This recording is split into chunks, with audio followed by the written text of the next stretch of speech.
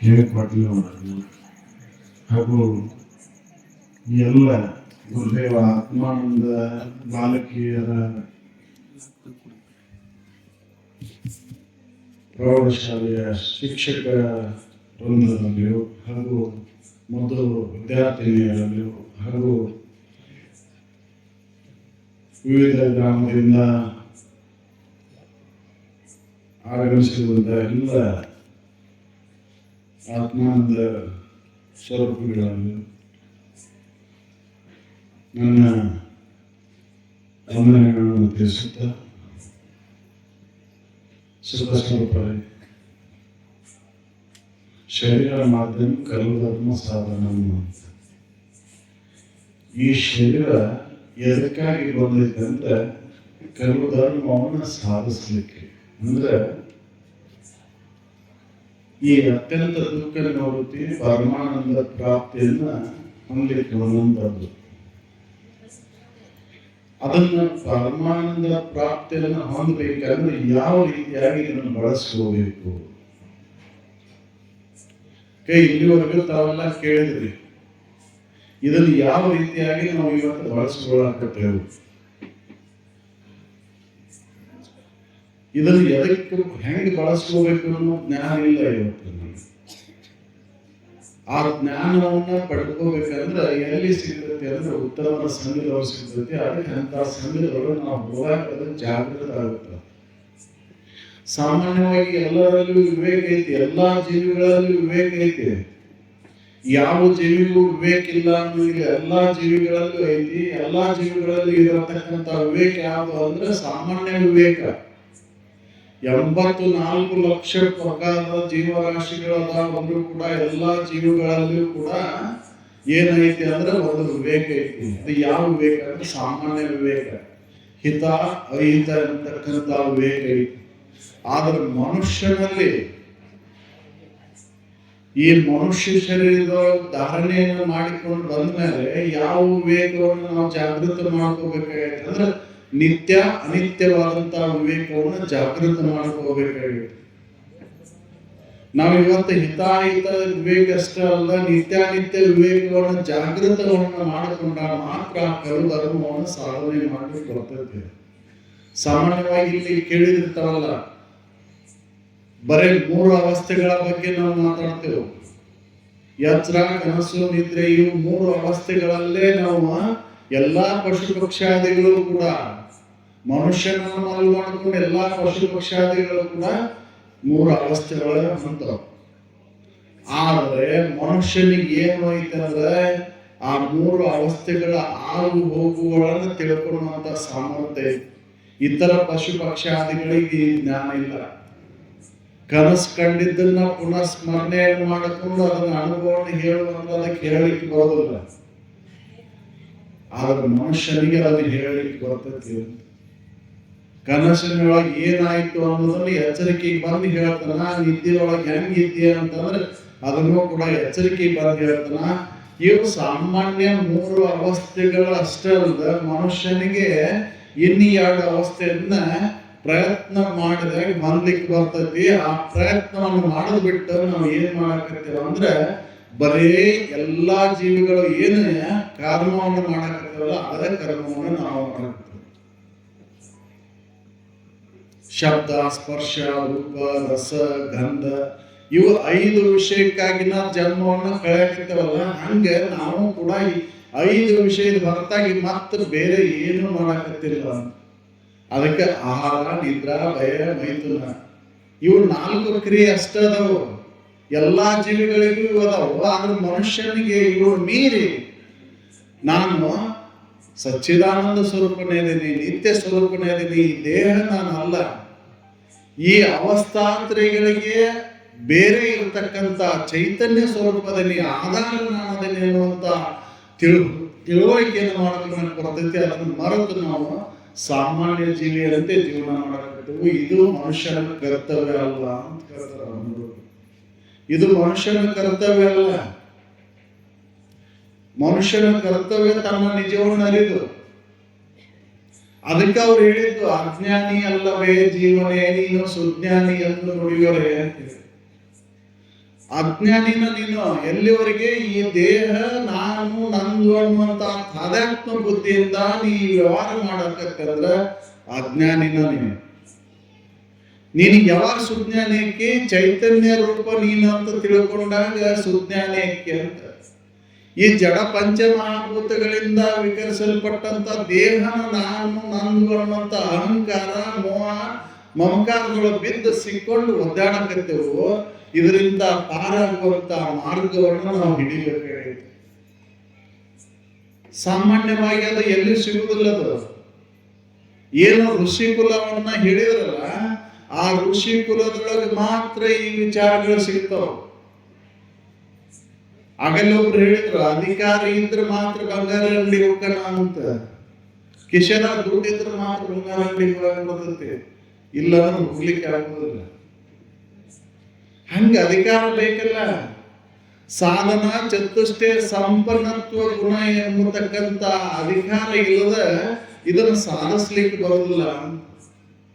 ಗುರು ಒಲಮೆ ಇಲ್ಲದೆ ಏನನ್ನು ಓದಿದರೂ ದೊರಕೊಳ್ಳುವುದು ಸಮ್ಯಕ್ ಜ್ಞಾನ ಅಂತ ಅದಾವ ಬಿಡ್ರಿ. ವೇದಗಳದಾವು, ಉಪನಿಷತ್ತುಗಳ ಗ್ರಂಥಗಳದಾವ ನಮ್ಮ ಮನ್ಯಾಗ. ಎಲ್ಲ ಭಗವದ್ಗೀತಾ ಐತಿ, ರಾಮಾಯಣ ಐತಿ, ಎಲ್ಲ ಐತಿ. ಎಲ್ಲ ಇಟ್ಕೊಂಡ್ರು ಕೂಡ ಯಾಕೆ ನಮ್ಗೆ ಅದ್ರ ಅರ್ಥ ಗೊತ್ತಾಗಲ್ಲ ಅಂದ್ರೆ ಅದ್ರಂಗ ನಾವು ಅಧಿಕಾರ ಇಲ್ಲ. ನಮ್ಗೆ ಅಧಿಕಾರ ಇಲ್ಲದಕ್ಕೆ ಅವನು ಏನು ಓದಿದ್ರು ದೊರಕೊಳ್ಳೋದಿಲ್ಲ ಸಮ್ಯಕ್ ಜ್ಞಾನ. ಸಮ್ಯಕ್ ಜ್ಞಾನ ದೊರಕೊಳ್ಳಬೇಕಂದ್ರೆ ನಮ್ಮಲ್ಲಿ ಅಧಿಕಾರ ಬೇಕು. ಅಧಿಕಾರ ಇದ್ರೆ ಮಾತ್ರ ಅದು ಒದಗ್ತತಿ. ಆ ಅಧಿಕಾರನ ಸಾಧನ ಚತುಷ್ಟಯ ಸಂಪನ್ನತ್ವ. ಅದಕ್ಕೆ ವಿವೇಕ, ವೈರಾಗ್ಯ, ಶ್ರಮದಮಾದಿ ಷಟ್ ಸಂಪತ್ತಿನ ಸಾಧನೆ, ಮುಮುಕ್ಷತ್ವ ಅಂತಕ್ಕಂಥ 4 ಸಾಧನ ಚತುಷ್ಟಯ ಸಂಪನ್ನತ್ವ ಗುಣ ಇಲ್ಲದ ವೇದಾಂತಕ್ಕೆ ಅಧಿಕಾರಿ ಆಗ್ಲಿಕ್ಕೆ ಸಾಧ್ಯನೇ ಇಲ್ಲ. ವೇದಾಂತಕ್ಕೆ ಅಧಿಕಾರಿ ಆಗ್ಬೇಕಂದ್ರೆ ಇವು 4 ಸಾಧನೆ ಚತುಷ್ಟಯ ಸಂಪನ್ನತ್ವ ಬೇಕು. ವಿವೇಕ, ಅದಕ್ಕೆ ಹೇಳಿದ್ದು ನಾನು, ಸಾಮಾನ್ಯ ವಿವೇಕ ಐತಿ ನಮಗೆ, ನಿತ್ಯಾನಿತ್ಯ ವಿವೇಕ ಇಲ್ಲ. ವಿವೇಕ ಅಂದ್ರೆ ಯಾವ್ದಕ್ಕೆ ಅಂತಾರ ಅಂದ್ರೆ ನಿತ್ಯ ವಿವೇಕಕ್ಕೆ ವಿವೇಕ ಅಂತಾರ. ಇದು ನಿತ್ಯ, ಇದು ಅನಿತ್ಯ ಎಂಬುದನ್ನು ಅರಿಯದೆ ಹೃದಯಗತವಾದಂತ ಭೋಗದ ಇಚ್ಛೆ ತೋರಿದೆ ವೈರಾಗ್ಯ.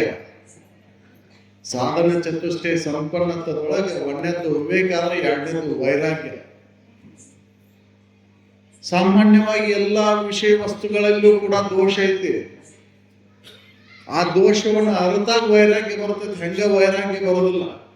ದೊರಕಲೇನು ಅದರೊಳಗೆ ಪರಿಣತಿ ತಿಳಿಯುವುದೇ ಚಂದಮಾಮ ಅಂತ. ಏನು ಸಿಕ್ಕರ ಏನು ಏನೈತೆ ಅದರೊಳಗೆ? ರೂಪ, ರಸ, ಗಂಧ, ಸ್ಪರ್ಶ, ಇವೆಲ್ಲವೂ ಕೂಡ ಏನದಾವ ಅಂದ್ರೆ ಅನಿತ್ಯ ಅದಾವ. ಇದ್ರೊಳಗೆ ಸುಖ ಇಲ್ಲ ಅನ್ನುವಂತ ಒಂದು ವಿವೇಕ ಜಾಗೃತ ಆಗ್ಬೇಕಲ್ಲ. ಅದ್ರೊಳಗಿನ ದೋಷವನ್ನು ಅರ್ಥಾಗ ಅದು ಬಿಡ್ಲಿಕ್ಕೆ ಬರ್ತೈತಿ. ಸೊಡರಿನ ಸುಡುವ ತನವನ್ನು ಅರಿಯದೆ ಬಂದು ಬಿದ್ದು ಸತ್ತು ಹೋಗ್ತಕ್ಕಂತ ಹುಳುವಿನ ಜೊತೆ ಈ ಮನುಷ್ಯ ಜನ್ಮವನ್ನು ಉಪಯೋಗ ಮಾಡಿಕೊಂಡ್ರೆ ಎದಕ್ಕೆ ಬರ್ತದೆ? ಸಾಮಾನ್ಯವಾಗಿ ಈಗೇನೋ ಇವು ಲೈಟ್ ಬಂದವು.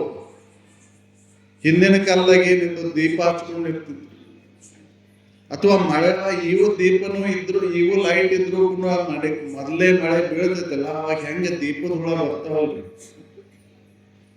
ಆ ದೀಪದ ಹುಳ ಅದು ರೂಪ ನೋಡಿ ಬರ್ತಾವ, ಚಂದ ಐತಿ, ಇದು ಬೆಳಕು ಚಂದ ಐತಿ ಅಂತ ಬರ್ತಾವ. ಅದು ಸುಡ್ತೈತೆ ಅನ್ನೋ ಅರಿವು ಅದಕ್ಕಿಲ್ಲ. ಆ ದೀಪದ ಹುಳಕ್ಕ ಸುಡುತನ ಅರಿಯದೆ ಬಂದ ಬಿದ್ದು ಕೆಟ್ಟ ಸ್ವತ್ತು ಹೋಗ್ತಾವ. ಅದ ಸುಡುತನ ಅರಿವು ನಮ್ಗೆ ಐತಿ, ತಿಳುವಳಿಕೆ ಐತಿ, ಅದು ಸುಡ್ತೈತಿ, ಅದರೊಳಗೆ ದೋಷ ಐತಿ, ಬೆಂಕಿ ಸುಡ್ತೈತಿ ಅನ್ನೋದು ಐತಿ. ಹಾಗೆ ಅದರೊಳಗೆ ರೂಪದೊಳಗೆ ಕೂಡ ಸುಖ ಇಲ್ಲ ಅಂತ ತಿಳಿದು ಬಿಟ್ರೆ ನಾವು ಶಾಣ್ಯರಾಕ್ಕೇವೆ, ಅವಾಗ ವಿವೇಕವಂತರು ಅಂತ. ನಾವು ಅದನ್ನು ಮತ್ತದು ಏನು ಹುಳ ಒಂದೇ ಸರಿ ಬಂದಾಗ ಸ್ವಲ್ಪ ಸುಟ್ಕೊಂತು, ಅದ ಅರಿವಿದ್ದಿತ್ತರ ಅದಕ್ಕೆ ಮತ್ತೆ ಪುನಃ ಅದಕ್ಕೆ ಹಕ್ಕಿದ್ದಿಲ್ಲ, ಆಕರ್ಷಿತರಾಕಿದ್ದಿಲ್ಲ. ನಾವು ಕೂಡ ಪ್ರತಿದಿನ ದೋಷಗಳನ್ನು ಕಾಣ್ತೇವೆ. ಶಬ್ದ, ಸ್ಪರ್ಶ, ರೂಪ, ರಸದೊಳಗೆ ದೋಷ ಕಾಣ್ತೇವೆ, ಸಾಕಂತೇವು. ಮತ್ತೆ ಪುನಃ ನಿದ್ದೆ ಹೊಕ್ಕೆವು, ನಿದ್ದೆ ಹೋಗಿ ಎತ್ತರ ಆದ್ಮೇಲೆ ಮತ್ತೆ ಏನು ಮತ್ತ ಎಂದಿನಂತೆ ನಿನ್ನಿಗತೆನ ಅವ ಶಬ್ದ, ಸ್ಪರ್ಶ, ರೂಪ, ರಸ, ಗಂಧ ಈ ಇಂದ್ರಿಯ ಮೇಳದೊಳಗೆ ಸುಖ ಕಾಣುವಂತ ಹಂಬಲಿಕೆ ಒಳಗೆ ನಾವು ಏನ್ ಮಾಡ್ಕೊಳಕತ್ತೇವ ಅಂದ್ರೆ ಈ ದೇಹವನ್ನ ನಾಶ ಮಾಡ್ಕೊಳಕತ್ತೇವು. ಇದು ಹೋದ್ರೆ ಮತ್ತೆ ಬರುವುದಿಲ್ಲ, ಸಿಗುವುದಿಲ್ಲ. ಅದಕ್ಕೆ ದೊರಕಲೇನು ಅದರೊಳಗೆ ಪರಿಣತ ತಿಳಿಯುವುದೇ ಚಂದ. ಏನ್ ಸಿಕ್ಕರೆ ಏನೈತೆ ಅದರೊಳಗೆ? ಸುಖನ ಇಲ್ಲಲ್ಲ. ಅದಕ್ಕೆ ಅನುಭವಗಳಿರೋದು ದುಃಖವನ್ನೇ ತತ್ಸುಖ ಎಂಬರು ಅವಿವೇಕಿಗಳು ಅಂತ.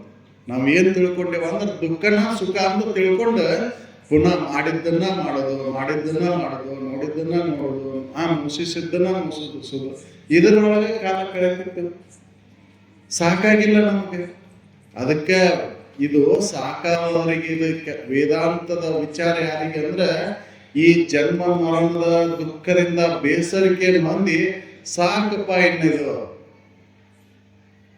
ಸಾಕು, ಇದು ಬ್ಯಾಡ, ಇನ್ನ ಈ ಬಹುಮಾಲೆಯನ್ನ ಕೊನೆಗಾಣಿಸಬೇಕು ನಾನು ಅಂತ ಹುಟ್ಟಲು ಹಂದಲು ಬೇಸತ್ತವನಿಗೆ ನೆಟ್ಟನ ಯೋಗ ಅಭ್ಯಾಸ ಅಂತ ಒಂದು ವಿವೇಕವನ್ನು ನಾವು ಜಾಗೃತ ಮಾಡ್ಕೋಬೇಕಾಗೈತಿ. ವೈರಾಗ್ಯವನ್ನು ಪಡಿಬೇಕಾಗೈತಿ. ವೈರಾಗ್ಯ ಬರದ ಹೊರತು ಈ ಸಾಧನೆಯನ್ನು ಮಾಡ್ಲಿಕ್ಕೆ ಆಗುದಿಲ್ಲ. ವೈರಾಗ್ಯ ಬರದ ಹೊರತು ಸಾಧನೆಯನ್ನು ಮಾಡ್ಲಿಕ್ಕೆ ಆಗುದಿಲ್ಲ.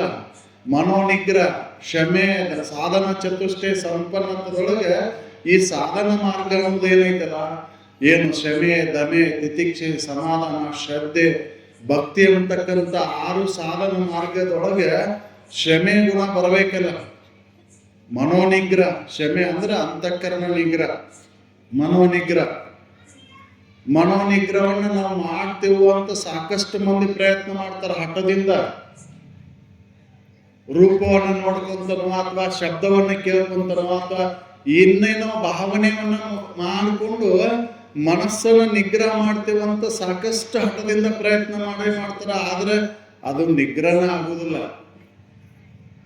ಮನಸ್ಸು ನಿಗ್ರಹ ಆಗ್ಬೇಕಂದ್ರೆ ವಿವೇಕ ವೈರಾಗ್ಯದ ತಳ ಇದ್ರೆ ಮಾತ್ರ ಮನಸ್ಸು ನಿಗ್ರಹ ಆಗುತ್ತೆ. ಇಲ್ಲ ಅಂದ್ರೆ ಮನಸ್ಸು ನಿಗ್ರಹ ಆಗುದಿಲ್ಲ. ಮನಸ್ಸನ್ನು ಎಷ್ಟು ಹಿಡಿದಕ್ಕೆ ಪ್ರಯತ್ನ ಪಡ್ತೀವಿ, ಆದ್ರೆ ಹಿಡಿಯಕ್ಕಾಗುದಿಲ್ಲ. ಅನುಭವಗಳು ಹೇಳಿದ್ರು, ನಿಮಿಷಾರ್ಧವಾಗಲಿ ನಿಮ್ಮ ಮನವು ನಿಂದೊಡೆ ಸಮನಿಂಬುದು ಮುಕ್ತಿ ಅಂತ ಹೇಳಿದ್ರು. ಅರ್ಧ ನಿಮಿಷ ಮನಸ್ಸು ನಿಂತರೆ ಸಾಕು ಅಂತ ಹೇಳಿದ್ರು. ಅರ್ಧ ನಿಮಿಷನೂ ಕೂಡ ಈ ಮನಸ್ಸನ್ನು ನಿಲ್ಲಿಸೋದಕ್ಕೆ ಆಗಬಾರ್ದು. ಮತ್ತೆ ಹೇಳ್ತೀವೋ, ನಾ ಮನಸ್ಸು ಮಾಡಿದ್ರೆ ಬೇಕಾದ್ ಮಾಡ್ತೇನೆ ಅಂತ ಹೇಳ್ತೀವೋ. ನಾವು ಮನಸ್ಸು ಮಾಡಿದ್ರೆ ಎಲ್ಲ ಮಾಡಬಲ್ಲೆ ಅಂತ ಹೇಳ್ತೀವ, ಆದ್ರೆ ಮನಸ್ಸು ಮಾಡಾಕ್ತಾ ಇರಲಿಲ್ಲ. ಮನಸ್ಸು ಮಾಡಿ ಈ ಸದ್ಯ ಐತಿ, ಮುಕ್ತಿ ದೂರ ಇಲ್ಲೇ ಇಲ್ಲ. ಮನಸ್ಸು ನಿಲ್ಲಿಸ ಆನಂದದ ಅನುಭವ ಐತೆ. ಮನಸ್ಸು ನಿಲ್ಲಿಸೋದಕ್ಕೆ ಪ್ರಯತ್ನನೇ ಇಲ್ಲ. ಯಾಕೆ? ಮನಸ್ಸಿನೊಳಗಿರ್ತಕ್ಕಂಥ ಹೃದಯಗತವಾದಂಥ ಭೋಗದ ಇಚ್ಛೆ ಹೋಗಿಲ್ಲ. ಏನು ಇವು ಭೋಗದ ಇಚ್ಛೆ ಜನ್ಮಾಂತರದಿಂದ ಬಂದಂತ ಒಂದೇ ಜನ್ಮದ ಇಲ್ಲವು. ಕಾಮ, ಕ್ರೋಧ, ಮೋಹ, ಮದ, ಮತ್ಸರಗಳಂತಕ್ಕಂಥ ವೈರಿಗಳು, ಅನಿಮಿತ್ತ ವೈರಿಗಳೆಂಬ ಕಾಮಾದಿಗಳಿಗೆ ತನ್ನ ಅನೇಕ ನಿತ್ಯ ಭೋಗಗಳಲ್ಲಿ ಎದಕ್ಕಾಗಿ ಜನ್ಮಗಳ ಎತ್ತಿ ಬರಾಕತ್ತೇವ ಅಂದ್ರೆ ಈ ಅನಿಮಿತ್ಯ ವೈರಿಗಳಿಗಾಗಿ. ಅದಕ್ಕೆ ಈ ಅನಿಮಿತ್ಯ ವೈರಿಗಳನ್ನ ವಿವೇಕ ದ್ವಾರ ನಾಶ ಮಾಡಿಕೊಂಡಾಗ ಮನಸ್ಸು ನಿಗ್ರಹಿಸಲ್ಪಡ್ತೈತಿ. ಮನಸ್ಸಿನ ದೋಷಗಳು ಯಾವ ಅಂತ ತಿಳಿಲಾರ್ದ ಹಂಗ ಮನಸ್ಸು ನಿಲ್ಸಾಕ್ ಹೋದ್ರೆ ಯಾವಾಗ ಮನಸ್ಸಿನ ದೋಷಗಳು ಅದಾವ. ಇವು ಒಳಗೆ ಹೆಗ್ಗಣಗಳು ಅದಾವ. ಇವು ಕಾಮ ಕ್ರೋಧಾದಿಗಳ ಹೆಗ್ಗಣ ಒಳಗೆ ಅದಾವು. ಹಂಗ ನಾನು ಹೊರಗೆ ಕಣ್ಣಿಗೆ ಬಟ್ಟೆ ಕಟ್ಕೊಂಡು ಕಿವಿಗೆ ಹಳ್ಳಿ ಒಳಗೆ ಕಿವಿ ಬಂದ್ ಮಾಡಿಕೊಂಡು ನಾ ಶಬ್ದವನ್ನು ಕೇಳಲಾರೆ, ರೂಪವನ್ನು ನೋಡ್ಲಾರೆ, ನಾನು ಮಾತಾಡ್ಲಾರೆ, ಮುಟ್ಟಲಾರೆ, ಮೂಸಿಸ್ಲಾರೆ ಅಂತ ಅಂದ್ರೆ ಆಗುದಿಲ್ಲ. ಮನಸ್ಸು ಹೊರಗೆ ಹರಿತೈತಿ ಎಲ್ಲ ಕಡೆ. ಮನವರಿಯದ ಕಪಟತನ ಬೇರೊಂದಿಲ್ಲ ಅಂತ ಹೇಳಿ ಅದು ಹಂಗ ಹರಿದ ಹರಿತೈತಿ. ಅದಕ್ಕೆ ಮನೋನಿಗ್ರಹ ಅತ್ಯಂತ ಮುಖ್ಯ ಐತಿ ಅಂತ. ಆಮೇಲೆ ಇಂದ್ರಿಯ ನಿಗ್ರಹ ಮಾಡ್ಲಿಕ್ಕೆ ಬರ್ತೈತಿ. ಕಣ್ಣಿಗೆ ಬಟ್ಟೆ ಕಟ್ಕೊಂಡ್ರೆ ಮನಸ್ಸು ನಿಗ್ರಹ ಆಗುದಿಲ್ಲ. ಮೊದ್ಲೇಕೆ ಮನ ನಿಗ್ರಹ ಮಾಡೋ ಇಂದ್ರಿಯ ನಿಗ್ರಹ ತನ್ನಿಂದ ತಾನ ಆಗುತ್ತೆ. ಯಾಕಂದ್ರೆ ಇಂದ್ರಿಯಗಳ ಕೆಲಸ ಮಾಡೋದು ಯಾವುದರ ಆಧಾರ ಮೇಲೆ ಅಂದ್ರೆ ಮನೋದಿಂದ. ಮನದ ಕಾರ್ಯ ಇಂದ್ರಿಯಗಳ ಚಂಚಲತ್ತು ಕಾರಣ ಆಗೈತಿ. ಮನಸ್ಸಿನ ಮುಖಾಂತರ ಇಂದ್ರಿಯಗಳ ಕೆಲಸ ಮಾಡ್ತಾವು. ಮನಸ್ಸು ಪ್ರೇರಣೆ ಕೊಡದ ಹೊರತು ಕಣ್ಣು ನೋಡಲಾರ್ದು, ಕಿವಿ ಕೇಳಲಾರ್ದು, ಮೂಗು ಮುಸಿಸಲಾರ್ದು, ಹೌದಲ್ಲಿ ನಾಲಿಗೆ ರುಚಿ ನೋಡಲಾರ್ದು, ಚರ್ಮ ಮೃದು ಕಠಿಣವನ್ನ ಅನುಭವ ತಗೊಳ್ಳಾರದು. ಮನಸ್ಸ ಎಲ್ಲದಕ್ಕೂ ಕಾರಣ ಅಂತ ಶಂಕರಾಚಾರ್ಯರು ಹೇಳಿ, ಮನ ಏವ ಮನುಷ್ಯನ ಬಂದ ಮೋಕ್ಷವು ಕಾರಣ ಅಂತ. ಅಂತ ಮನಸ್ಸನ್ನ ನಿಗ್ರಹ ಯಾವಾಗ ಮಾಡ್ಕೊಂತೇವ ಅವಾಗ ಇಂದ್ರಿಯಗಳ ತನ್ನಿಂದ ತಾನ ನಿಗ್ರಹಿಸಲ್ಪಡ್ತಾವ. ನೀವು ಸಾಮಾನ್ಯವಾಗಿ ನೋಡ್ತೀರಿ, ನೀವು ಬಜಾರ್ದಾಗ ಅಡ್ಡಾಡ್ತಿರ್ತೀರಿ, ನಿಮ್ಮ ಬೇಕಾದಂತ ವಸ್ತುಗಳನ್ನು ಹುಡುಕ್ತಿರ್ತೀರಿ, ಹಿಂದೆ ಯಾರೋ ನಿಮ್ಮ ಆಪ್ತರು ಬಟ್ ನಿಮ್ಮನ್ನು ನೋಡಿ ಒದರಂತಾರ, ನಿಲ್ಲೋ ನಿಲ್ಲೋ ನಿಲ್ಲೋ ಅಂತಾರ. ಆದ್ರೆ ನಿಮ್ ಲಕ್ಷ್ಯ ಎತ್ತಾಗಿಲ್ಲ. ನಿಮ್ ಲಕ್ಷ್ಯ ಎತ್ತಾಗೈತಿ, ಮನಸ್ಸು ಎತ್ತಾಗ ಹರಿಯಾಕತ್ತೈತಿ, ಅದಕ್ಕೆ ಬೇಕಾದಂತ ವಸ್ತು ಕಡೆ ಅದ್ರ ಗಮನ ಹರ್ಸಾಕತ್ತೈತಿ, ಎಲ್ಲಿ ಕಾಣ್ತೈತಿ ನೋಡಾಕತ್ತೈತಿ ಅದು. ಎಲ್ಲಿ ಅದು ಈ ಇಂದ್ರಿಯಗಳಿಗೆ ಕಾಣ್ತೈತಿ ಅಂತ ಅದನ್ನ ನೋಡಾಕತ್ತೈತಿ ಕಣ್ಣಿನ ಮುಖಾಂತರ. ಈ ಕಡೆ ಇಲ್ಲ ಕಿವಿ, ಆ ಕಡೆ ಲಕ್ಷ್ಯ ಕೊಡವಲ್ಲ. ಯಾಕ ಮನಸ್ಸಿನ ಪ್ರೇರಣೆ ಅಲ್ಲಿಲ್ಲ. ಇದ್ರಿಗೆ ಬಂದ ಕೂಡ ನಿಮ್ಗೆ ಪ್ರಜ್ಞೆ ಇಲ್ಲ. ನಿಮ್ಮ ಮೈ ಮುಟ್ಟಿ ಏನು ಒದರಾಕತ್ತೀನಿ ಹಂಗ ಹೊಂಟ್ಯಾರ, ಇಲ್ಲಿ ಬಿಡೋ ನನ್ನ ಲಕ್ಷ್ಯ ನಿನ್ನ ಕಡೆ ಎತ್ತಾಗಿದ್ದಿಲ್ಲ, ನನ್ನ ಲಕ್ಷ್ಯ ಇಲ್ಲಿತ್ತು, ಇದನ್ನ ಹುಡುಕಾಕತ್ತೇನೆ, ಬಹಳ ಅಡ್ಡಾಡಿದೆ, ಇದು ಸಿಗವಲ್ದ ಅದಕ್ಕೆ ಹುಡುಕಾಕತ್ತೇನೆ ಅಂತ ನೀವು ಹೇಳ್ತೀರಿ. ಅಂದ್ರೆ ಇದ್ರ ಅರ್ಥ ಏನು ಅಂತಂದ್ರೆ ಮನಸ್ಸಿನ ಪ್ರೇರಣೆ ಆಗದ ಹೊರತು ಯಾವ ಇಂದ್ರಿಯಗಳು ಕೆಲಸ ಮಾಡೋದಿಲ್ಲ. ಅದಕ್ಕೆ ಮನಸ್ಸನ್ನ ನಿಗ್ರಹ ಮಾಡುವಂತ ಒಂದು ವಿವೇಕವನ್ನ ನಾವು ಜಾಗೃತ ಮಾಡ್ಕೋಬೇಕಾಗೈತಿ. ಅದ ನಿತ್ಯ ವಿವೇಕ. ಅವಾಗ ದಮೇನೂ ಆಗುತ್ತ. ಮನಸ್ಸು ಯಾವಾಗ ನಿಗ್ರಹಿಸಲ್ಪಡ್ತೈತಿ ಅವಾಗ ಇಂದ್ರಿಯ ನಿಗ್ರಹ ಹಾಗೆ ಆಗುತ್ತೆ. ಇಂದ್ರಿಯ ನಿಗ್ರಹ ಅಂತಂದ್ರ ತಿತಿಕ್ಷಾ ಗುಣ ಬರ್ತೈತಿ ಅಂತ. ತಿತಿಕ್ಷಾ ಅಂದ್ರ 3 ಭೂತಗಳ ನಿಗ್ರಹ. ಸಾಮಾನ್ಯವಾಗಿ ಎಲ್ಲ ನಾವು ಶ್ರುತಿಗಳು ಹೇಳ್ತಾವ, 3 ಭೂತಗಳು ಬಹಳ ಶರೀರದ ಮೇಲೆ ಪರಿಣಾಮ ಬೀರ್ತಾವ. ವಾತ ಪಿತ್ತ ಕಫ. ಇಲ್ಲಿ ಡಾಕ್ಟ್ರು ಅದಾರ, ಶರೀರದ ರೋಗ ಲಕ್ಷಣಗಳನ್ನ ಕಂಡು ಹಿಡಿಬೇಕಂದ್ರೆ ಈಗೆಲ್ಲ ಏನು ಡಿವೈಸ್ ಮಾಡ್ಕೊಂಡೇವ್ ನಾವು, ಅವಕ್ಕೆ ಸಾಧನಗಳನ್ನು ಮಾಡ್ಕೊಂಡೇವು. ಆದ್ರೆ ಮೊದಲೇಕ ನಮ್ಮ ಆಯುರ್ವೇದಿಕ ಪದ್ಧತಿ ಒಳಗೆ ಏನಿತ್ತು ಅಂದ್ರೆ ನಾಡಿ ಬಡಿತವನ್ನು ನೋಡ್ತಿದ್ರು. ವಾತ ಪಿತ್ತ ಕಫದ ನಾಡಿಗಳು ಹೆಚ್ಚು ಕಡಿಮೆ ಆಗ್ಯಾವು ಏನು ಅಂತ ನೋಡಿ ಕ್ಯಾಸ ಔಷಧಿ ಉಪಚಾರವನ್ನು ಕೊಡ್ತಿದ್ರು. ಈ ವಾತ ಪಿತ್ತ ಕಫಗಳು ಯಾವುದರಿಂದ ಉತ್ಪನ್ನಕ್ಕವ ಅಂದ್ರೆ ಬೆಂಕಿ, ಗಾಳಿ, ನೀರಿನಿಂದ ಉತ್ಪನ್ನಕ್ಕವ. ಈ 3 ಭೂತಗಳು ಪಂಚಮಹಾಭೂತಗಳಲ್ಲಿ ಈ 3 ಭೂತಗಳು ಈ ಶರೀರದ ಮೇಲೆ ಬಹಳ ಪರಿಣಾಮ ಬೀರ್ತಾವ. ಆಕಾಶ ಅಷ್ಟು ಪರಿಣಾಮ ಬೀರೋದಿಲ್ಲ, ಭೂಮಿನೂ ಅಷ್ಟು ಪರಿಣಾಮ ಬೀರೋದಿಲ್ಲ. ಈ 3 ಭೂತಗಳು ಏನ್ ಮಾಡ್ತಾವ ಅಂದ್ರೆ ಪರಿಣಾಮ ಬೀಳ್ತಾವ. ಅದಕ್ಕೆ ನೀವು ದವಾಖಾನಿಗೆ ಯಾವಾಗ ಹೋಗ್ತೀರಿ, ಹವಾಮಾನ ಬದಲಿ ಆಯ್ತಲ್ರಿ, ಅದಕ್ಕೆ ಒಂದ್ ಸ್ವಲ್ಪ ಜ್ವರ ಬಂದಂಗಾಗ್ಯಾವ್ರಿ, ನೆಗಡಿ ಬಂದೈತಿ ಅಂತ ಹೇಳಿ. ಅಂದ್ರೆ ವಾತಾವರಣದಲ್ಲಿ ಆದಂತ ಪ್ರಕೃತಿಯಲ್ಲಿ ಆದಂತ ಬದಲಾವಣೆ ಈ ಪ್ರಕೃತಿಯನ್ನು ಬದಲಾವಣೆ ಮಾಡ್ತೈತಿ. ಇದನ್ನು ತಾಳ್ಕೊಳ್ಳುವಂತ ಸಾಮರ್ಥ್ಯ ಬರ್ಬೇಕಲ್ರಿ, ಸಹನ ಗುಣ. ಆ ಸಹನ ಗುಣ ಬರದ ಹೊರತು ಸಮಾಧಾನ ಸಿಗುವುದಿಲ್ಲ. ಮತ್ತಿನ್ನು ಲೌಕಿಕವಾಗಿನೂ ಕೂಡ ವಂದನೆಗಳು ನಿಂದನೆಗಳು ಬರ್ತಾವ. ಅವನು ಸಹನೆಯಿಂದ ತಾಳ್ಮೆ ಗುಣ ಬರ್ಬೇಕಲ್ಲ, ಸಹಿಸುವಂತ ತಾಳ್ಮೆ ಬರ್ಬೇಕಲ್ಲ. ಕೆಲವೊಬ್ರು ತೆಗಳ್ತಾರ, ಕೆಲವೊಬ್ರು ಹೊಗಳ್ತಾರ. ತೆಗಳ್ದವನು ನಮ್ಮವನ, ಹೊಗಳ್ದವನು ನಮ್ಮವನ ಬೇರೆ ಅಲ್ಲ ಅನ್ನುವಂತ ಸಮಾಧಾನ ಬರಬೇಕಲ್ಲ. ಸಮಾಧಾನದ ಬರದ ಹೊರತು ಶ್ರದ್ಧೆ ಉಂಟಾಗುವುದಿಲ್ಲ, ಸಂತೋಷ ಬರೋದಿಲ್ಲ. ಸಂತೋಷ ಬರದ ಹೊರತು ಶ್ರದ್ಧೆ ಬರೋದಿಲ್ಲ. ಯಾವಾಗ ಸಮಾಧಾನ ಬರ್ತೈತಿ ಅವಾಗ ಆನಂದ ಐತೆ. ಸಮಾಧಾನ ಬಂದ ಮೇಲೆ ಆನಂದ ಅನುಭವಕ್ಕೆ ಬರ್ತೈತಿ. ಆನಂದದ ಅನುಭವಕ್ಕೆ ಬಂದಾಗ ಅದು ಹೆಂಗೈತಿ ಅನ್ನೋದನ್ನ ಶ್ರುತಿಗಳ ಅಭಿಪ್ರಾಯಕ್ಕನುಸಾರವಾಗಿ ಶ್ರುತಿಗಳ ಮೇಲೆ ಶ್ರದ್ಧೆಯನ್ನು ಇಟ್ಟು ಅವನು ಅಧ್ಯಯನ ಮಾಡಿದಾಗ ಅದು ಹೊರಗಿಲ್ಲಪ್ಪ ನನ್ನೊಳಗೆ ಐತಿ ಅನ್ನುವಂಥ ಖಾತ್ರಿ ಆಕೈತಿ. ಶ್ರದ್ಧೆ ನಮ್ದು ಎಲ್ಲೈತಿ ಅಂದ್ರೆ ಆಗಲ್ಲಿ ಹೇಳಿದ್ರಲ್ಲ, ಗುಡಿ ಗುಂಡಾರದೊಳಗೆ ಇರ್ತಕ್ಕಂಥ ಜಡ ಮೂರ್ತಿಗಳ ಮೇಲೆ ಶ್ರದ್ಧೆ ಐತಿ ನಮ್ದು.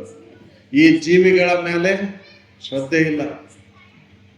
ಅದಕ್ಕೆ ಯಾವುದರ ಪ್ರಕಾರದ ಜೀವಿ ಇರಲಿ ಅದಕ್ಕೆ ಸಂತೋಷವನ್ನ ಕೊಡುದ ನಿನ್ನ ಕರ್ತವ್ಯ. ಅದ ದೇವರ ಪೂಜೆ. ನೀನು ಹೋಗಿ ಕಲ್ಲಿನ ಮೇಲೆ ತುಪ್ಪ ಸುರಿವಿದ್ರೇನು, ಹಾಲು ಸುರಿವಿದ್ರೇನು, ಅಥವಾ ಪಂಚಾಮೃತ ಅಂತ ತಿಳ್ಕೊಂಡು ಜಡ ಸಾಮಗ್ರಿಗಳನ್ನು ಕೂಡಿಸ್ಕೊಂಡು ಅದು ಪಂಚಾಮೃತ ಅಂದ್ರೆ ಅದು ಸಂತೋಷವನ್ನು ಪಡಲಾರದು. ಎಲ್ಲಿ ಹಸುವಿಂದ ಬಳಲ್ತೈತಿ ಅದಕ್ಕೆ ಆಹಾರವನ್ನು ಕೊಟ್ರೆ ಅದನ್ನ ನಿನ್ನನ್ನು ಹರಸ್ತೈತಿ, ನಿನಗೆ ಒಳ್ಳೇದಾಗ್ಲಿಪ್ಪ, ನನಗೆ ಹಸಿವಾಗಿತ್ತು, ನಿನಗೆ ಇದು ಕೊಟ್ಟಿ ಅಂತ. ಆ ಜಡ ಕಲ್ಲುಗಳು ಏನು ಮಾಡಲಾರು, ಜಡ ಮೂರ್ತಿಗಳು ಸಂಕೇತ ಅಂತ ಹೇಳಿದ್ರಲ್ಲ ಪ್ರದೀಪನವರು, ಸಂಕೇತ ಮೂಲ ವಸ್ತು ಎಂದೂ ಆಗಲಾರ. ಈ ಶರೀರದ ಭಾವಚಿತ್ರ ಫೋಟೋ ಈ ಶರೀರ ಹಾಕೈತೇನು, ಈ ಶರೀರದ ಫಲವನ್ನ ಅದು ಏನಾರು ಕೊಡ್ತೈತೇನು? ಅದ್ರ ಮುಂದೆ ಎಡಿ ಇಟ್ಟು ಪೂಜೆ ಮಾಡಿ ಇದನ್ನ ಇದ್ರಿಗೆ ಕುಂದರ್ಸ್ರಿ, ಇದಕ್ಕೆ ಹೊಟ್ಟೆ ತುಂಬತೈತೇನು? ಇಲ್ಲ. ಅದಕ್ಕೆ ಅದು ಸ್ವೀಕಾರ ಮಾಡ್ತೈತೇನು? ಇಲ್ಲ. ಹಾಗೆ ಅದಾವ ನಮ್ಗೆಲ್ಲ. ನಾವು ಗುಡಿಗಳನ್ನ ಕಟ್ಕೊಂಡು ಅಲ್ಲಿ ದೇವ್ರು ಅಂತ ತಿಳ್ಕೊಂಡು ದೇವ್ರನ್ನ ಇಟ್ಟಿರೋ ಅಥವಾ ಮತ್ತೇನಾರ ಇಟ್ಟಿರೋ ಅಂತ ಕೇಳಿದ್ರೆ ನೋಡ್ರಿ, ವಿಚಾರ ಮಾಡ್ರಿ ನೀವು, ದೇವ್ರನ್ನ ಇಡ್ಲಿಕ್ಕೆ ಬರ್ತೈತೆ? ದೇವ್ರ ಅಲ್ಲದನ್ನ ಇಟ್ರಿ, ನೀವು ದೇವ್ರನ್ನ ಇಟ್ಟಿಲ್ಲ. ಕಲ್ಲು ಇಟ್ಟಿರಿ, ಕಂಚು ಇಟ್ಟಿರಿ, ತಗಡು ಇಟ್ಟಿರಿ, ತಾಮ್ರ ಇಟ್ಟಿರಿ, ಮತ್ತೊಂದು ಇನ್ನೊಂದು ಏನೇನೋ ಇಟ್ಟಿರಿ, ಆದ್ರೆ ದೇವ್ರನ್ನ ಇಟ್ಟಿಲ್ಲ. ದೇವರು ಇಡ್ಲಿಕ್ಕೆ ಬರೋದಿಲ್ಲ. ಅದು ಯಾಕಂದ್ರೆ ನಿರಾಕಾರ ಐತೆ, ನಿರ್ಗುಣ ಐತಿ, ನಿರ್ಲೇಪ ಐತಿ, ನಿರ್ದ್ವಂದ್ವ ಐತಿ. ಅಲ್ಲಿ ಭೇದಿಲ್ಲ, ದೇವರಲ್ಲಿ ಭೇದಿಲ್ಲ. ನಾವು ದೇವರಲ್ಲಿ ಭೇದ. ಅದು ಹೆಣ್ಣು ದೇವ್ರು ಬೇರೆ, ಗಂಡ ದೇವ್ರು ಬೇರೆ. ದೇವ್ರಿಗೆ ಲಿಂಗಗಳವ, ದೇವ್ರಿಗೆ ಆಕಾರನೇ ಇಲ್ಲ ಅಂದ್ರೆ ಲಿಂಗ ಎಲ್ಲಿದ್ದ ಬರ್ಬೇಕು? ನಿರಾಕಾರ, ನಿರ್ಗುಣ, ನಿರ್ಲೇಪವಾದಂಥ ವಸ್ತುವನ್ನ ನಾವು ಕಲ್ಪಿಸ್ಕೊಂಡು ನಾವು ಬಳಲಕತ್ತೇವು.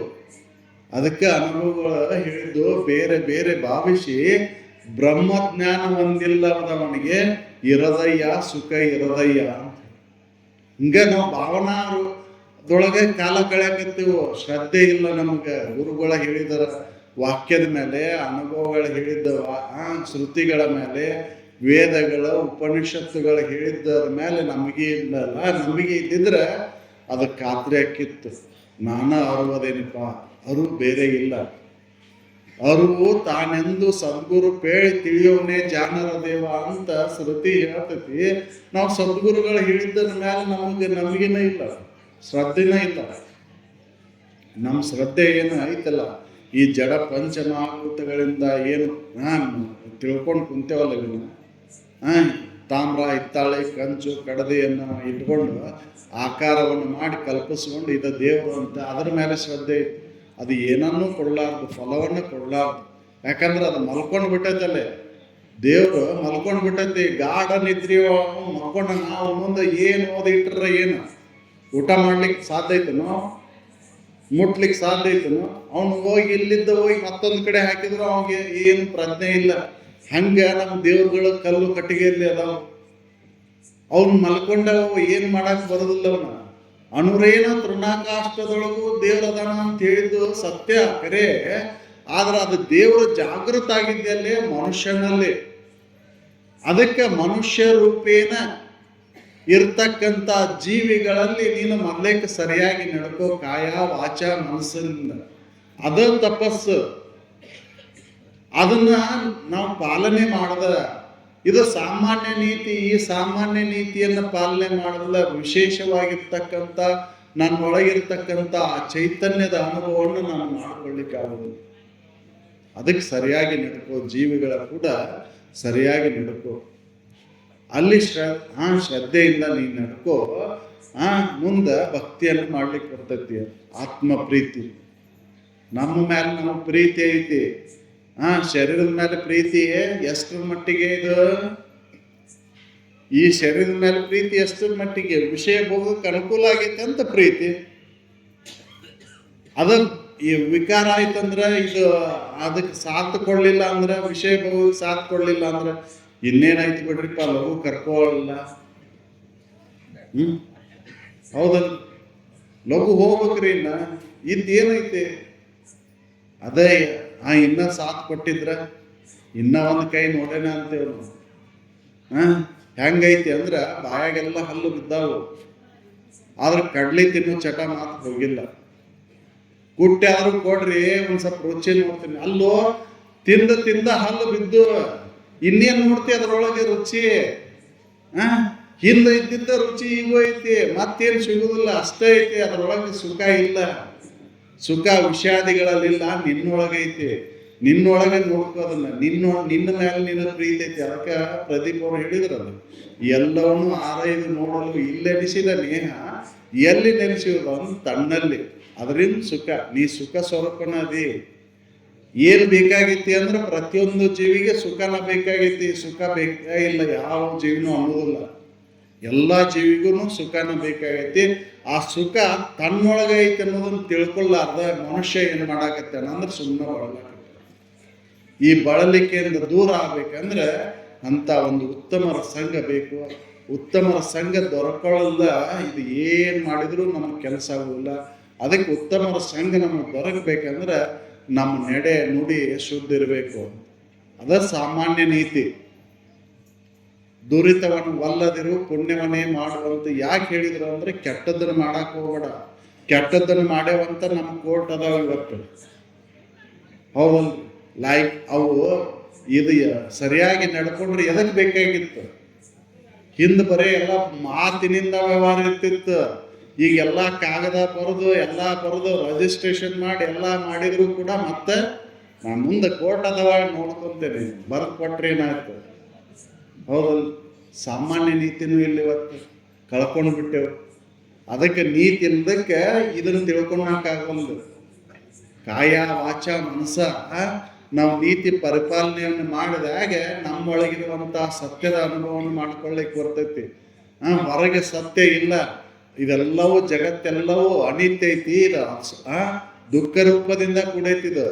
ನನ್ನೊಳಗಿರುವಂತಹ ಸತ್ಯದ ಅನುಭವವನ್ನು ಮಾಡ್ಕೋಬೇಕಂದ್ರೆ ನಾನು ಅಂತಃಕರಣ ಶುದ್ಧ ಇರಬೇಕು ಅಂತ. ಅಂತಃಕರಣ ಪರಿಪಕ್ವ ಏಕೈಕ ಲಭ್ಯ ಅಂತ ಹೇಳಿದ್ರು.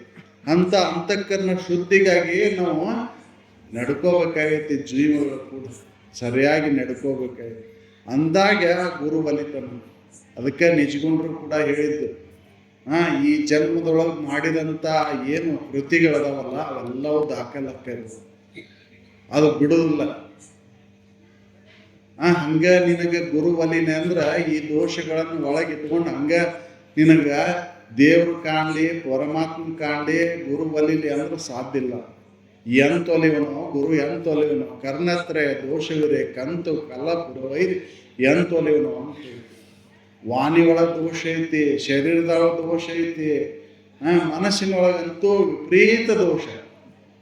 ಇವನು ಕಳ್ಕೊಳ್ಳಾರ್ದ ಗುರು ಯಾವಾಗ ಒಲಿಬೇಕು? ಒಲಿದಿಲ್ಲ.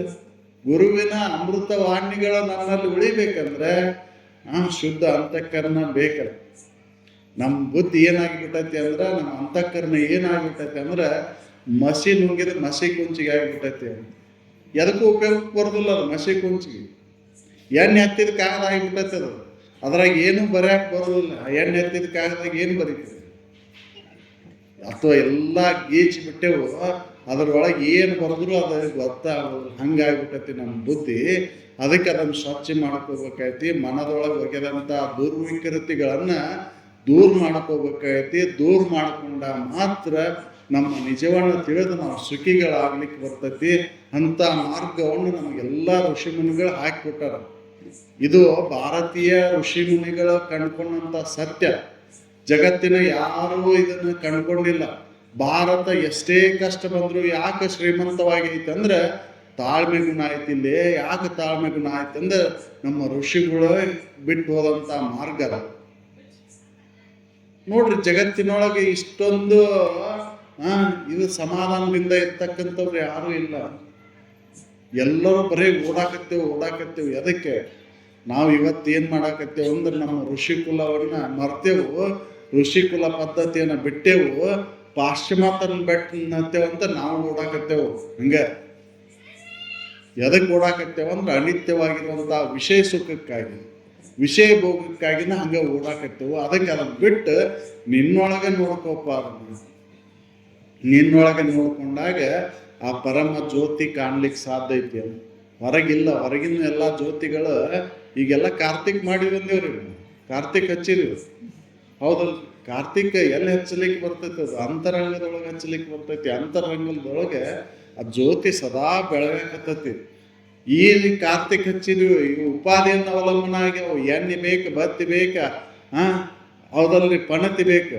ಆಮೇಲೆ ಹಚ್ಚುದೊಂದು ಕಡ್ಡಿ ಪಟ್ಟಿಗಿದ್ರೆ ಮಾತ್ರ ಅದು ಜ್ಯೋತಿ ಬೆಳಗ್ತೈತಿ. ಇಲ್ಲ ಅಂದ್ರೆ ಜ್ಯೋತಿನ ಬೆಳಗುದಿಲ್ಲ. ಆದ್ರೆ ಇದು ಅಂತರ ಜ್ಯೋತಿ. ಅದು ಸದಾ ಬೆಳಗಾಕತ್ತೈತಿ. ಆ ಜ್ಯೋತಿಯನ್ನು ನಾವು ಕಾಣಬೇಕಾಗೈತಿ. ಆ ಜ್ಯೋತಿ ಕಾಣ್ಬೇಕಂದ್ರೆ ನಮ್ಮ ಅಂತಃಕರಣ ಶುದ್ಧಿ ಮಾಡ್ಕೋಬೇಕಾಗೈತಿ. ಅಂತಃಕರಣ ಶುದ್ಧಿಗಾಗಿ ನಾವು ಶ್ರವಣಾದಿಗಳಲ್ಲಿ ಪಾಲ್ಗೊಂಡಾಗ ಮಾತ್ರ, ಅಂಥ ಸಂಘದೊಳಗೆ ಬಂದಾಗ ಮಾತ್ರ ಈ ಜನ್ಮ ಸಾರ್ಥಕೈತಿ. ಅದನ್ನು ಉದ್ದೇಶ ಇಟ್ಕೊಂಡು ಅವ್ರು ಹೇಳಿದ್ದು ಶರೀರ ಮಾಧ್ಯಮ ಕಲು ಧರ್ಮ ಸಾಧನ ಅನ್ನೋದು. ಈ ಮನುಷ್ಯ ಶರೀರ ಇದ್ರೆ ಮಾತ್ರ ಅದನ್ನು ಸಾಧನೆ ಮಾಡಲಿಕ್ಕೆ ಬರ್ತೈತಿ. ಬೇರೆ ಯಾವ ಪಶು ಪಕ್ಷಾದಿಗಳ ಜನ್ಮವನ್ನು ತಾಳಿ ಬಂದರೂ ಅದನ್ನು ಮಾಡ್ಲಿಕ್ಕೆ ಆಗೋದಿಲ್ಲ. ಅಥವಾ ದೇವಾನುದೇವತೆಗಳ ಜನ್ಮವನ್ನು ತಾಳಿ ಬಂದರೂ ಅದು ಆಗೋದಿಲ್ಲ. ಮನುಷ್ಯ ಶರೀರನ ಬೇಕು. ಅದಕ್ಕೆ ಒಂದು ತಂಗಿ ಹೇಳಿದ್ಲು, ಕ್ಷೀಣೆ ಪುಣ್ಯ ಮೃತ್ಯು ಲೋಕ ವಿಶಂತಿ ಅಂತ ಹೇಳಿ. ಪುಣ್ಯ ಇದ್ರೆ ಮಾತ್ರ ದೇವಾನುದೇವತೆಗಳ ಜನ್ಮ ಬರ್ತೈತಿ, ಪಾಪ ಇದ್ರೆ ನರಕ ಲೋಕ ಬರ್ತೈತಿ. ಪುಣ್ಯ ಪಾಪಗಳ ಸಮ್ಮಿಶ್ರಣ ಆದಾಗ, ಎರಡೂ ಸಮ ಆದಾಗ ಮನುಷ್ಯ ಜನ್ಮ ಬರ್ತೈತಿ ಅಂತ ಮನುಷ್ಯ ಜನ್ಮವನ್ನು ನಾವು ಎದೆದಕ್ಕೂ ಕಳೆಯಾಕತ್ತೀವಿ ಇವತ್ತು. ಅದಕ್ಕೆ ಪುಣ್ಯವನ್ನು ವೃದ್ಧಿ ಮಾಡಿಕೊಂಡು ಅಂತಃಕರಣ ಸ್ವಚ್ಛ ಮಾಡಿಕೊಂಡ ಮಾತ್ರ ನನ್ನೊಳಗಿರ್ತಕ್ಕಂಥ ಜ್ಯೋತಿಯನ್ನು ಕಾಣ್ಲಿಕ್ಕೆ ಬರ್ತೈತಿ. ಅದ ಅಂತಿಮ ಚತುರ್ಮಾಸದ ಕೊನೆಘಟ್ಟ. ಸಾಮಾನ್ಯವಾಗಿ ನಾವು 4 ಚಾತುರ್ಮಾಸಗಳನ್ನು ಪರಿಪಾಲನೆ ಮಾಡಬೇಕಾಯ್ತು ಮನುಷ್ಯ ಜನ್ಮದೊಳಗೆ ಬಂದಮೇಲೆ. ಶ್ರವಣ ಮನನ ನಿಧಿಧ್ಯಾಸನಕ್ಕಾಗಿ 4 ಚಾತುರ್ಮಾಸ ಋತುಗಳದಾವು. ನಾವು ಅವ್ನು ಬಿಟ್ಟು ಮತ್ತೆ ಎದಕ್ಕೂ ಉಪಯೋಗ ಮಾಡ್ಕೊಂಡಾಗ್ತೇವೆ. ಅದಕ್ಕೆ ನಮ್ಮೊಳಗಿರುವಂಥ ಸತ್ಯವನ್ನು ನಾವು ಕಾಣಬೇಕಂದ್ರೆ ಮೊದಲೇಗೆ ನಮ್ಮ ಆಚರಣೆಗಳು ಶುದ್ಧ ಇರಬೇಕು. ಅಂದ್ರೆ ಮಾತ್ರ ಇದು ಸಾಧ್ಯ ಐತಿ. ಅವಾಗ ಮನುಷ್ಯ ಜನ್ಮ ಸಾರ್ಥಕ ಆಗುತ್ತೆ ಅಂತ ಹೇಳ್ತಾ ನಾನು 1-2 ಮಾತನ್ನು ಮುಗಿಸ್ತೀನಿ. ನಮ್ಮ ನಿಮ್ಮೆಲ್ಲರಿಗೆ ಜ್ಞಾನ ರಾಷ್ಟ್ರವನ್ನು ಬೆಳೆಸಿದಂತಹ ಪರಮ ಪೂಜ್ಯರಿಗೆ ತಮ್ಮೆಲ್ಲರ ಪರವಾಗಿ ದಂಡೋತ್ ಪ್ರಣಾಮಗಳನ್ನು ಸಲ್ಲಿಸುತ್ತಾ, ಏನಂತೆ ನಾಳಿನ ಕಾರ್ಯಕ್ರಮ ಸಹಿತ ಸರಿಯಾಗಿ 10 ಗಂಟೆಗೆ ಪ್ರಾರಂಭ ಆಗ್ತೈತಿ. ನಾವು ದಯವಿಟ್ಟು ಎಲ್ಲರೂ ಆ ಕಾರ್ಯಕ್ರಮವನ್ನು ತಪ್ಪದೆ ಭಾಗವಹಿಸ್ತೀವಿ. ಪ್ರಕಾರವಾಗಿ ಶಾಸ್ತ್ರ ಬೆಳಗ್ಗೆ 6 ಗಂಟೆಗೆ ಇರತೈತಿ. ಅದಕ್ಕೆ ತಾವೆಲ್ಲರೂ ಭಾಗವಹಿಸ್ರಿ. ಈ ಕಾರ್ಯಕ್ರಮ ಮುಗಿದ ಮೇಲೆ ಶಾಂತತೆಯಿಂದ ಎಲ್ಲರೂ ಊಟ. ಸಾಧು ಸಂತ ಮಹಾರಾಜ್ ಪೂಜೆ. ಅಲ್ಲೇ 1 ಮಿನಿಟ್ ಧ್ಯಾನಕ್ಕೆ ಬಂದರು.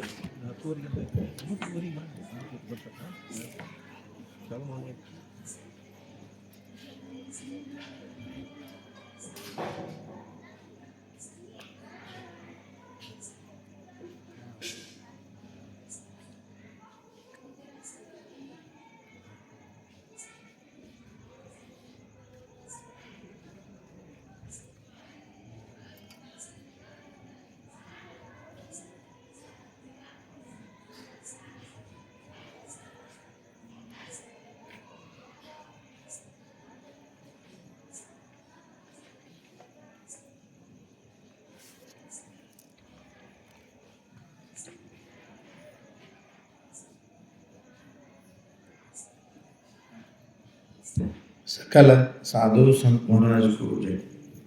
ಅಲ್ಲೇ ನಮಸ್ಕಾರ ಮಾಡಿಬಿಡ್ರಿ ಎಲ್ಲರೂ. ಟೈಮ್ ಭಾಳ ಆಗೈತಿ, ಊಟಕ್ಕೆ ಹೋಗ್ರಿ. ಹೋರಿ 11 ಆತ ಇಲ್ಲ